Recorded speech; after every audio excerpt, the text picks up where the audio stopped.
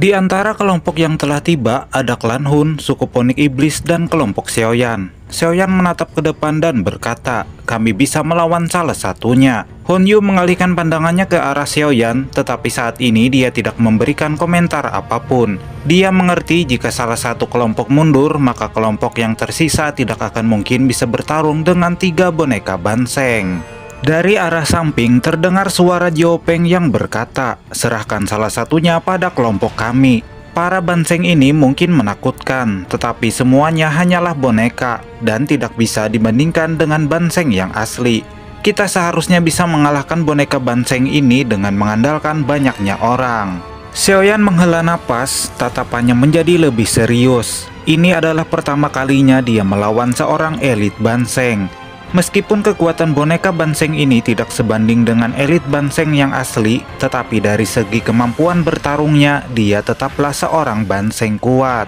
Xiaoyan maju beberapa langkah ke depan dan Doqi mulai menyelimuti tubuhnya. Sementara itu, boneka Banseng yang awalnya hanya tertunduk diam, secara tiba-tiba mengangkat kepalanya. Sebuah cahaya misterius muncul di mata mereka. Tatapan kosong 3 boneka Banseng itu tertuju kepada Xiaoyan. Hanya dalam sekejap mata, salah satu dari boneka Banseng muncul di depan Xiaoyan. Sebuah serangan telapak tangan yang menghancurkan ruang dilepaskan dan menghantam Xiaoyan dengan kecepatan yang menakutkan. Untung saja Xiaoyan berhasil menghindari serangan ganas itu dengan langkah 3000 petirnya.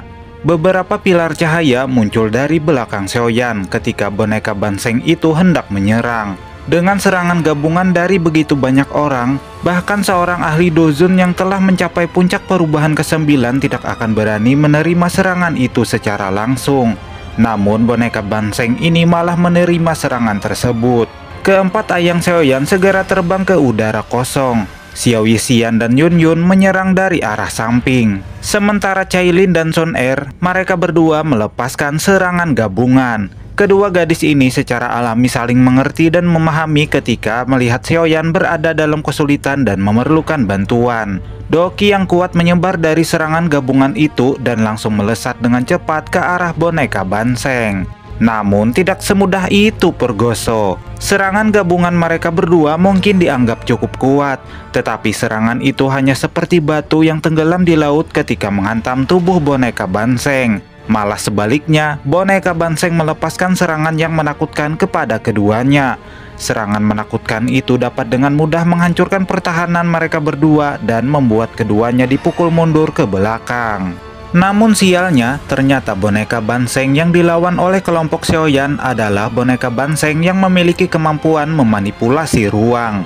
Terlihat boneka Banseng ini melakukan gerakan yang aneh. Setelahnya sebuah pusaran berwarna emas muncul di belakangnya. Tatapan Xiaoyan menjadi lebih serius ketika ia merasakan kekuatan yang menakutkan dari pusaran emas itu. Tetapi tanpa Xiaoyan sadari, kakinya telah terkena sebuah segel aneh yang secara perlahan menariknya untuk masuk ke dalam pusaran emas. Xiaoyan berusaha melepaskan diri dari segel yang mengikat kakinya. Namun, kekuatan segel aneh itu sangat kuat dan langsung menarik Xiaoyan ke dalam pusaran. Setelah melewati pusaran emas itu, Xiaoyan dibawa ke dalam dimensi lain. Xiaoyan mencoba memeriksa sekelilingnya, namun dia tidak dapat merasakan adanya orang lain di tempat itu. Tampaknya Xiaoyan dipaksa untuk bertarung 1 lawan 1 dengan boneka Banseng tersebut. Xiaoyan segera membentuk segel di tangannya. Naga api segera keluar dari kekosongan dan langsung melesat dengan cepat ke arah boneka Banseng. Untuk memblokir serangan Xiaoyan, boneka Banseng ini segera mengeluarkan sebuah bola emas di tangannya dan melemparkannya ke depan. Bola emas itu berubah menjadi sosok naga emas. Hantaman kedua serangan itu menciptakan ledakan yang sangat kuat dan menggema ke segala arah. Namun tanpa diduga, naga emas itu tidak hancur. Naga itu langsung meluncur menghantam tubuh Xiaoyan sehingga membuatnya mundur beberapa langkah. Untung saja Xiaoyan memiliki jirah Ratu Serangga dan jirah naga puit kono yang melindungi tubuhnya. Jika tidak, kemungkinan tubuhnya akan terluka parah setelah terkena serangan ganas barusan. Sementara Xiaoyan mulai bertukar serangan dengan boneka Banseng, kelompok Hun Yu juga mulai menyerang. Beberapa anggota Aula Jiwa segera mengelilingi boneka Banseng dari klan Hun. Hun Yu menatap boneka Banseng itu dan berkata, "Leluhur, kami akan membantu membebaskanmu dari rasa sakitmu."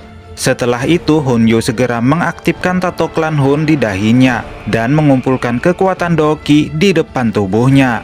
Doki itu segera membengkak membentuk sosok raksasa setinggi puluhan kaki. Sosok raksasa itu mengayunkan tinjunya ke arah boneka Banseng. Sementara anggota Aula Jiwa yang lainnya mengikat boneka Banseng itu dengan teknik yang misterius. Meskipun boneka Banseng ini adalah leluhur klan Hun, tetapi karena dia tidak memiliki kesadaran, boneka ini memberikan perlawanan. Di sekeliling tubuhnya muncul beberapa lingkaran dan dari dalamnya muncul rantai yang langsung menghantam semua anggota Aula Jiwa di sekitarnya.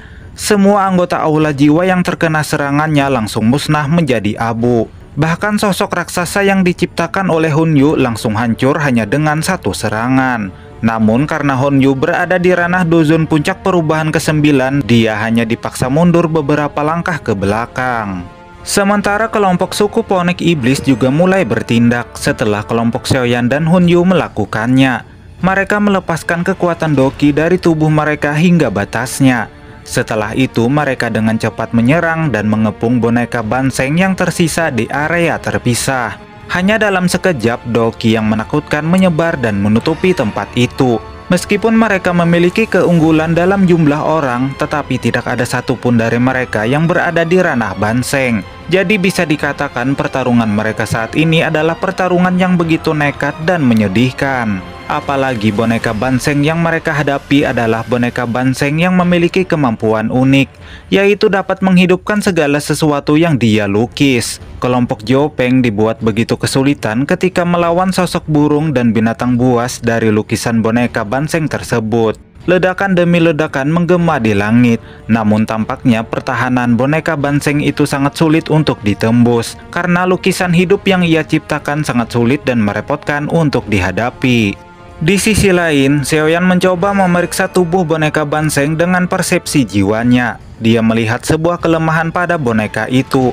Kelemahan boneka Banseng itu lebih tepatnya berada pada bagian kepalanya.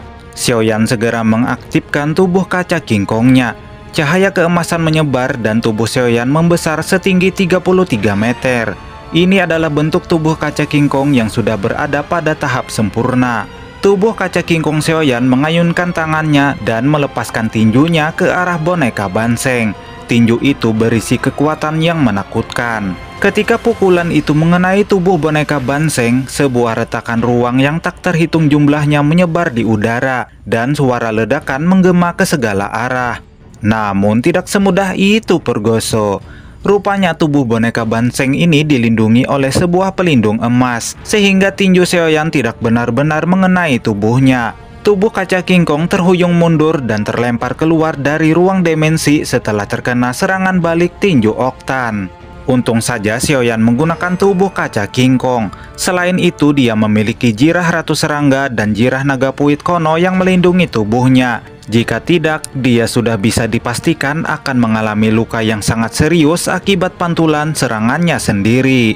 Xiaoyan memberitahu semua orang dan berkata, boneka Banseng ini tidak memiliki aura kehidupan. Tanpa menghancurkan kepalanya, maka tidak akan mungkin bisa mengalahkannya. Sun Er dan Gu Qing yang menyerang bersama. Mereka berdua membentuk segel di tangannya. Dua pilar energi emas segera muncul dan melesat dengan cepat ke arah kepala boneka Banseng dengan kecepatan seperti kilat. Sementara Cailin dia melepaskan serangan petir 7 warna. Begitu juga Xiaoyan, dia kembali melepaskan serangan terkuatnya.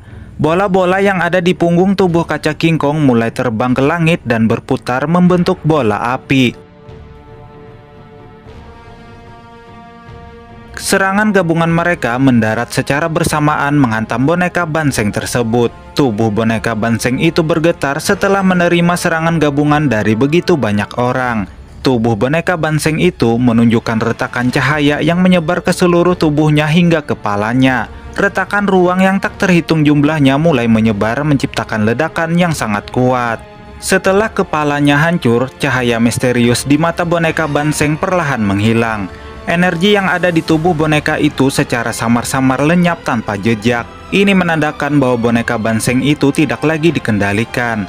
Tubuh boneka Banseng itu berubah menjadi sosok tua. Hunyu yang mendengar perkataan Xiaoyan kembali mengaktifkan tato klan di dahinya dan membentuk segel aneh di tangannya.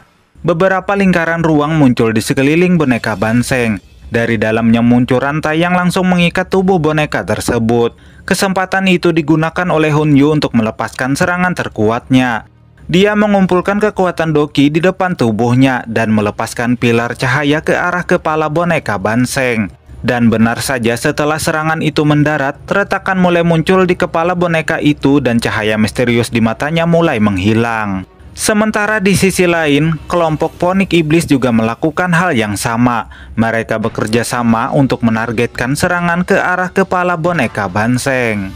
Cahaya keemasan melonjak keluar saat tubuh kaca King Kong mulai menyusut. Dia kembali berubah menjadi sosok Xiaoyan. Tampak Xiaoyan begitu kelelahan setelah menggunakan tubuh kaca King Kong dalam waktu yang cukup lama. Semua orang di kelompok Xiaoyan tampak banyak yang terluka. Bahkan orang sekuat Guking yang juga terluka oleh serangan ganas boneka Banseng. Xiaoyan mengeluarkan beberapa botol obat dari cincin penyimpanannya dan memberikannya kepada semua yang terluka.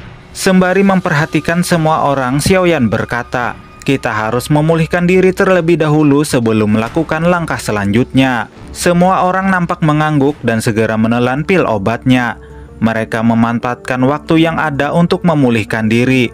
Hanya dengan begitu mereka akan dapat bertahan hidup di tempat yang paling berbahaya di benua Doki tersebut.